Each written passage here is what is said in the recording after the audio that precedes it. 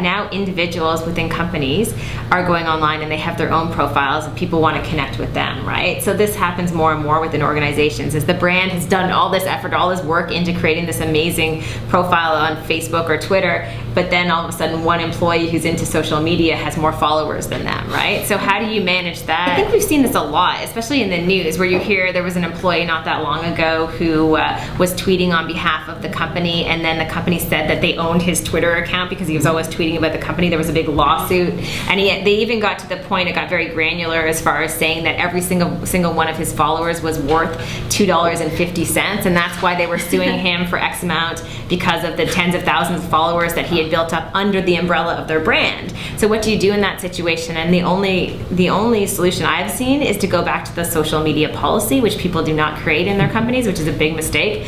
And I talk about it every time I speak about creating a social media policy, so it's upfront when you sign on with the company, who owns what you're allowed to do, what you're allowed to say, what you're not allowed to say. The social media policy, every time I talk about it in a presentation, I know people, they love that idea that they would create a policy and then no one actually does it until it comes down to the point of some type of lawsuit or a major issue. In terms of how companies are running their businesses and dealing with employees and communicating with them, managing them, having the policies in place, most people just let that fall by the wayside, right? It's just not happening in a very effective manner. At least I've not seen it happen. What happens in the online space is that when people are going on Twitter and they're going on Facebook, they can't find that balance between sharing what can be good in the professional world and also sharing some tidbits of their personal life that aren't too personal. So it was sort of that uncomfortable feeling, and I think that's what resonated with a lot of people, is just that it's very hard to get out there and put your face forward and have an image out there that is sort of partially professional, partially personal as well,